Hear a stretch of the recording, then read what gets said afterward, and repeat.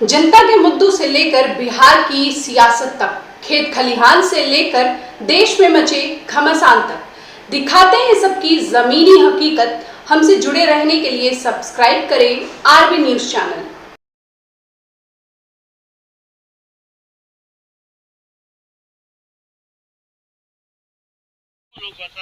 मनोज कुमार, पूर्व जिला पार्षद विक्रमगंज। हाँ सर, विक्रमगंज में जो ये सम्मेलन रखा गया, इसका मुख्य उद्देश्य क्या था?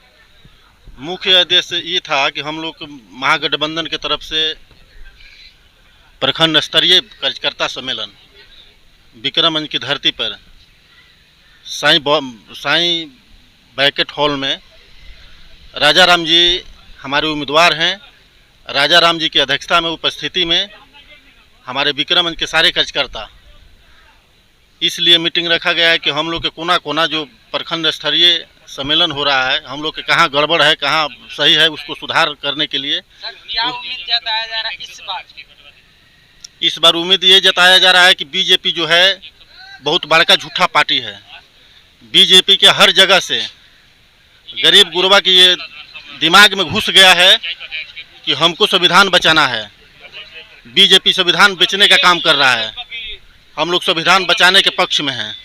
जो हमारे भीमराव अंबेडकर जी संविधान को लिखे हैं, उस संविधान को बचाने के लिए हम लोग को जो कुछ भी करना है हम लोग करने के लिए तैयार हैं। हालांकि लड़ाई यहाँ पर त्रिकोणीय है। उपेंद्र कुशवाहा भी खड़ा है और भोजपुरी इंडस्ट्रीज के अभिनेता पवन सिंह भी इस मैदान में कूद चुके हैं।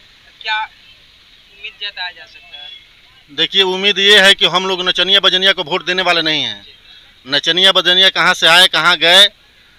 यहाँ जो भी लड़ाई होगा उपेंद्र कुशवाहा बनाम राजा राम जी के पक्ष में होगा।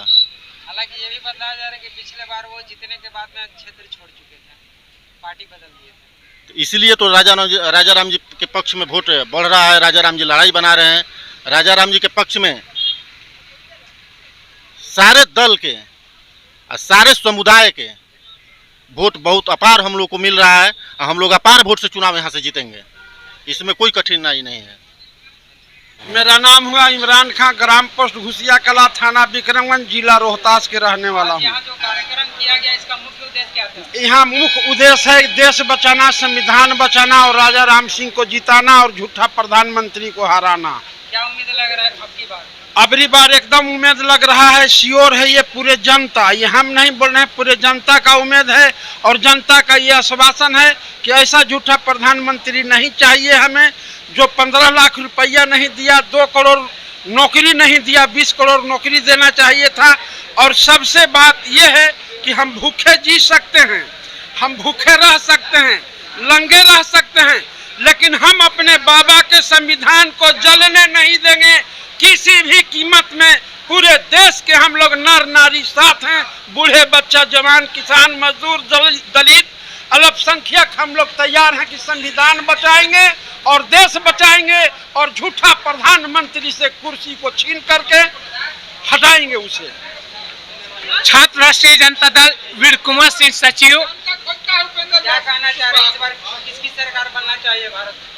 आज जो हमारे देश की स्थिति नरेंद्र मोदी जी ने जो 10 साल में ठगने का काम किए हैं, अब जनता भी जान चुकी है कि इससे झूठा हमारे नेता आदरणीय तेजस्वी जी ने, तो बीजेपी का मतलब होता बड़का झूठा पार्टी।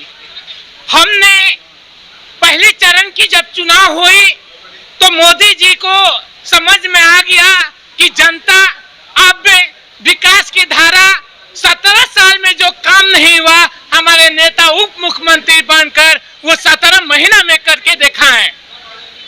और मैं आपके चैनल के माध्यम से ये भी बता देना चाहते हैं, अभी हर समाज में यही आवाज उठ रही है, अल्पसंख्यक 18% है, 2 सीट। ये भी हम बता देना चाहते हैं, 2020 विधानसभा के चुनाव में शाहबाद में पूरे मुसलमान समाज ने आरजेडी को, महागठबंधन को वोट दिया है। इस तरह 2024 में हम लोग तन मन के साथ जो भी हमारे इंडिया के प्रत्याशी है, हम लोग उनके साथ खड़े हैं। उन लोगों को जो उपेंद्र कुशवाहा जी जब 2019 में चुनाव है, मैं चैलेंज करना चाहते हैं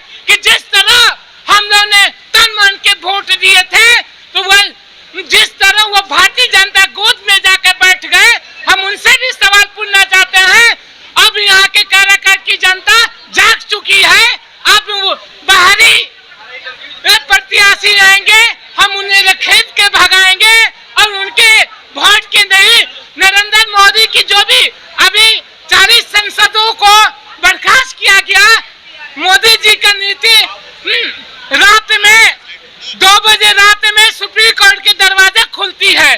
क्या ये और विपक्षी नेताओं को झूठे एग्जाम ले अमित शाह के बेटा जिस तरह वो अभी आपने देखे हैं महिला के कैसी जो पहलवान महिला के साथ जगदल बनता पर बैठी थी, कैसे वो वहाँ के जो कुश्ती के चेयरमैन थे उनके साथ बदतमीजी के पैसे नरेंद्र मोदी जी का एक लफ्ज नहीं निकला।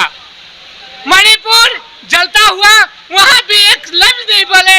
ऐसे मसला मोदी जी को हम लोग 2024 के में रखे देने का काम करेंगे। 40 में 40 से इंडिया महागठबंधन जीतेगा। जय लालू जय तेजस्वी।